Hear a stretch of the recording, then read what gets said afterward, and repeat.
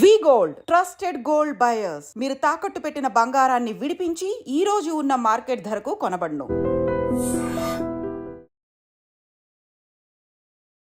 Hi, hello, నమస్తే, welcome back to iDream media. ఈరోజు మనతో ఉన్నారు సర్టిఫైడ్ ఫైనాన్షియల్ ప్లానర్ అయిన రామచంద్రమూర్తి గారు.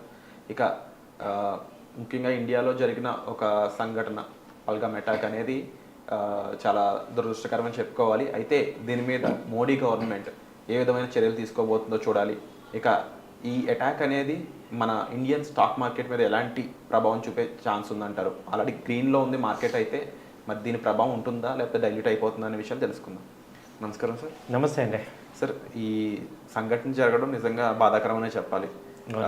అంటే ఇండియాని దెబ్బతీసే పనులు ఇంకా జరుగుతున్నాయంటే అది ఒక రకంగా ఫెయిల్యూర్ అనే చెప్పాలి. బట్ ఇండియన్ గవర్నమెంట్ దాన్ని కుదిరినంత విధంగా క్లోజ్ చేయడానికి సన్నాహాలు చేస్తుందని తెలుస్తూ ఉంది. బట్ ఈ విషయం జరిగింది కాబట్టి ఎఫ్ఐఎస్ పరంగా అయి ఉండొచ్చు, లేకపోతే డొమెస్టిక్ మార్కెట్లో ఇన్వెస్ట్మెంట్స్ అయి ఉండొచ్చు, ఓవరాల్గా ఎలాంటి ఇంపాక్ట్ కలిగే ఛాన్స్ ఉందంట? సేమ్ ఇలాంటిదే సార్. మనం చూసుకుంటే ఇజ్రాయెల్ పాలస్తీనా వాళ్ళు ఇదే జరిగింది లాస్ట్ టైం కూడా.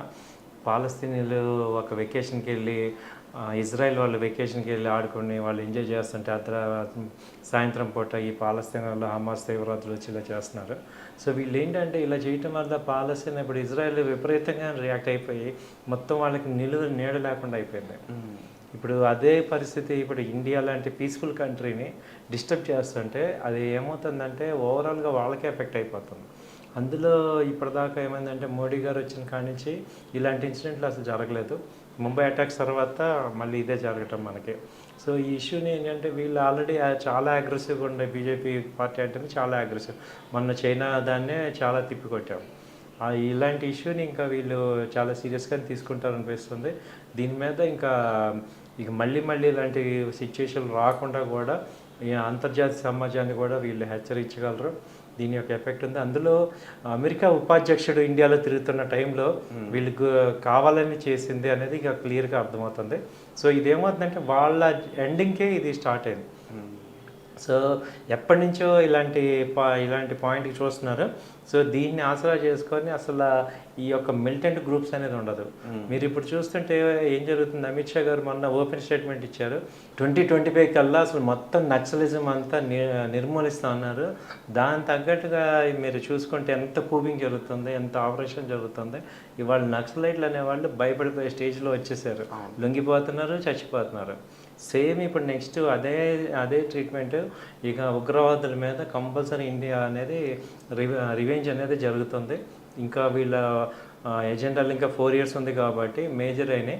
అంటే నాకు అనిపిస్తుంది ఏంటంటే, ఒకటి అమెరికా ఉపాధ్యక్షుడు రావటం, రెండు ఏంటంటే ఈ యొక్క రీసెంట్గా మనకి ముస్లిమ్స్ మీద లా వచ్చింది కాబట్టి వక్ఫ్ బోర్డు దానికి అగెనెస్ట్గా వీళ్ళు క్రియేట్ చేయటం, ఈ రెండు కూడా జరిగిన అటాక్ ఏమవుతుందంటే ఇక పుండు మీద కారంలాగా బీజేపీ గవర్నమెంట్కి వచ్చింది.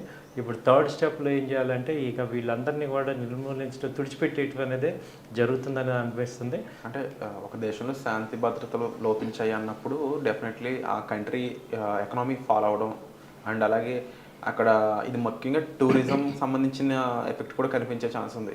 ఎప్పుడైతే ఆర్టికల్ 370ని అక్కడ రద్దు చేశారో అప్పుడు కాస్త ఆ ప్లేస్కి వెళ్ళడానికి చాలా మందికి ధైర్యం వచ్చింది. అలా అక్కడ టూరిజం పెరిగింది.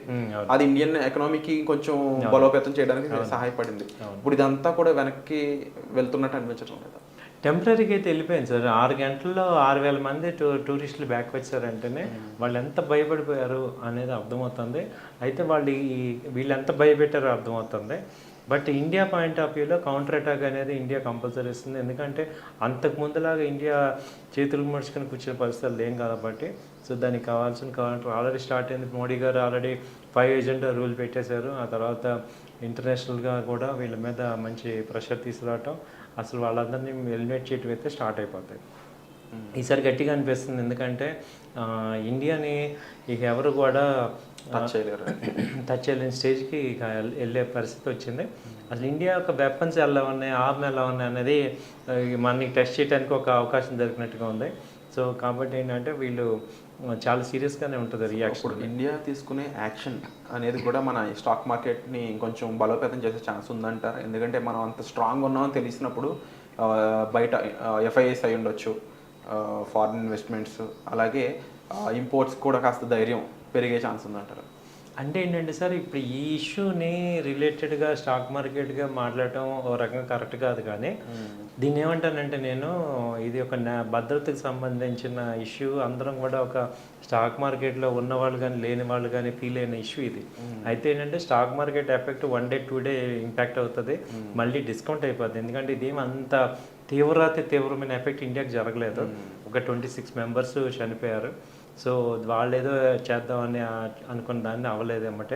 అయితే ఏంటంటే దీనికి కౌంటర్ రియాక్షన్స్ వల్ల ఏమవుతాయంటే స్టాక్ మార్కెట్ కానీ ఇండియాకి ఎకానమీకి కానీ ఎటువంటి ఇబ్బంది ఉండదు, పాజిటివ్గానే అవుతుంది. ఎందుకంటే ఇంటర్నేషనల్గా కూడా ఇండియాకి సింపతి వస్తుంది. మనం ఎప్పుడు అవతల వాళ్ళ మీద ఎప్పుడు వెళ్ళలేదు, కానీ వాళ్ళు మన మీద వచ్చినప్పుడు మనం చేసే యాక్టివిటీస్ అన్నిటికీ కూడా సింపతి రావటం, అలాగే మనం చేసే పనులన్నిటికీ కూడా ఇంటర్నేషనల్ సమాజం అంతా కూడా హర్షిస్తారు, మనకి సపోర్ట్ చేస్తారు. అంటే ముఖ్యంగా ప్రీవియస్గా చూసుకున్నట్లయితే కొన్ని అంటే ట్విన్ టవర్స్ ఫాల్ అవడం కానీ, లేకపోతే ప్రతిదీ కూడా ఆ కంట్రీ యొక్క ఎకనామీ దెబ్బతీసే విధంగానే ఈ టెర్రరిజం అనేది ప్లాన్స్ చేస్తూ ఉంటారు. ఇప్పుడు దీన్ని ఏ విధంగా చూడాలంటారు? ఇప్పుడు ఈ జరిగిన ఈ సంఘటనని ఫస్ట్ అటెంప్ట్గా చూడాలా అంటే?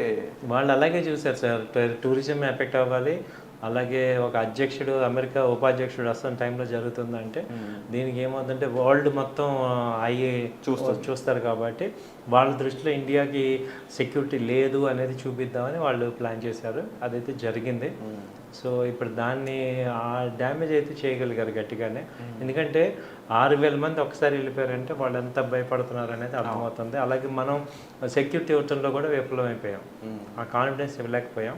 ఇదేంటంటే ఈ ఉగ్రవాదులది చాలా ప్లానింగ్ అదంతా ఉంటుంది కాబట్టి, సో కాబట్టి లాంగ్ రన్లో ఇది డిస్కౌంట్ అయిపోతుంది.